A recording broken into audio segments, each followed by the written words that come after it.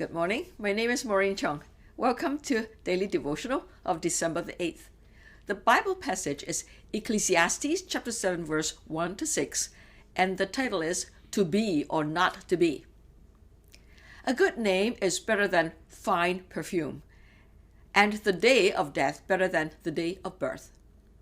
It is better to go to a house of mourning than to go to a house of feasting. For death is the destiny of everyone. The living should take this to heart. Frustration is better than laughter, because a sad face is good for the heart. The heart of the wise is in the house of mourning, but the heart of fools is in the house of pleasure. It is better to heed the rebuke of a wise person than to listen to the song of fools. Like the crackling of thorns under the pot, so is the laughter of fools. This too is meaningless. Today we have arrived at a series of sayings in Ecclesiastes that sound like the book of Proverbs. The writer has been using the first person in his recording. For example, in chapter 5, verse 13, he writes, I have seen a grievous evil under the sun. And in chapter 5, verse 18, he writes, Then I realized that it is good and proper for a man to eat and drink and to find satisfaction in his toilsome labor under the sun. Further, in chapter 6, verse 1, he writes, I have seen another evil under the sun. Now he presents the wisdom sayings from a distance. Since Solomon the teacher has penned parts of both books, we should not be surprised by the similarity in the style of writing in this genre of wisdom literature. In this meditation, we shall consider 4 proverbs. A. Good name and death, chapter 7, verse 1. B. Mourning and feasting, chapter 7, verse 2. C. Sorrow and laughter, chapter 7, verse 3 to 4. And D. Wise rebuke and song of fools, chapter 7, verse 5 to 6. First, good name and death, chapter 7, verse 1. Let me pay tribute to Börje Salming, 1951 to 2022. He was a Swedish ice hockey player who was a defenseman with the Toronto Maple Leafs Hockey Club for 16 seasons in the National Hockey League. He played extremely well for Toronto and was inducted into the Hockey Hall of Fame. He was named one of the 100 great players in the first century of the league. On November the 12th, 2022, he was honored in a pre-game ceremony by the Toronto Maple Leafs, although he was seriously ill from ALS. He died on November the 24th, 2022 in Sweden. A great player and a gentleman, Salming was loved by many who watch the sport. A good name is better than fine perfume, for an honorable person will be remembered for longer than the fragrance of the fine perfume lingers. A good name cannot be bought, but even fine perfume can. But Solomon goes on to say, the day of death is better than the day of birth. If life is meaningless, then the day of death puts an end to one's meaningless existence, and therefore is better than the day of birth, after which one struggles with meaningless living. The secular perspective is that earthly life ends with no prospect of afterlife. To be or not to be, to live or not to live, Paul has this debate with himself in Philippians chapter 1, verse 21 to 23. For to me, to live is Christ, and to die is gain. If I'm to go on living in the body, this will mean fruitful labor for me. Yet, what shall I choose? I do not know. I am torn between the two. I desire to depart and be with Christ, which is better by far. To Paul, to live means producing fruitful work results for the glory of God.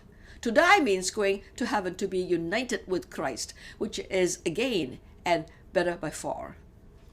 But it is not up to Paul to choose. Our lives are in God's hands. Second, mourning and feasting, chapter 7, verse 2. Typically, there are 7 days of serious mourning when someone dies. For Aaron and Moses, the Israelites mourned for 30 days. Days of mourning are of the offering of sympathy and consolation. It is a time for reflective learning because death is the destiny for us all. I feel particularly called to serve people on their last journeys of life and families in mourning. It is an honor to accompany them at this particular time.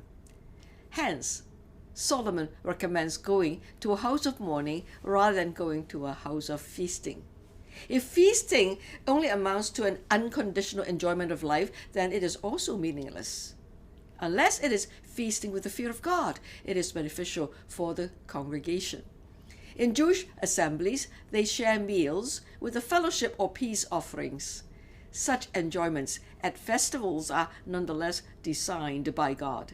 For these opportunities, we give thanks. Third, sorrow and laughter, chapter 7, verse 3 to 4.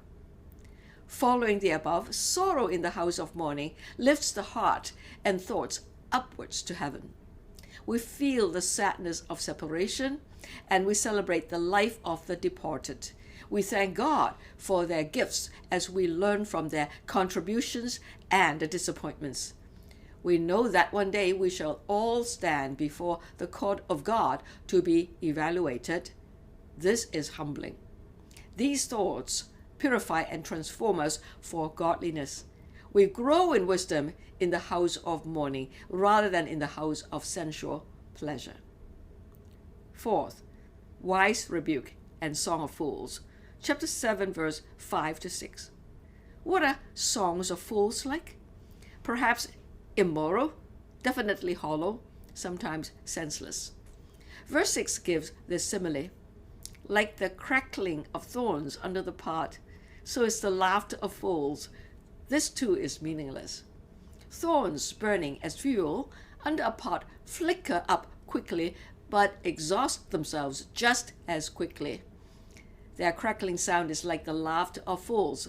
However, if you burn a log of wood, it does the job quietly and effectively. The food will be properly cooked. Solomon recommends the rebuke, warning, and advice of the wise.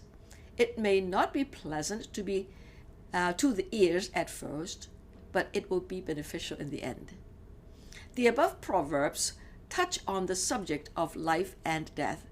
If mortal life is just for the here and now, then it is meaningless. But there is the afterlife in heaven or hell.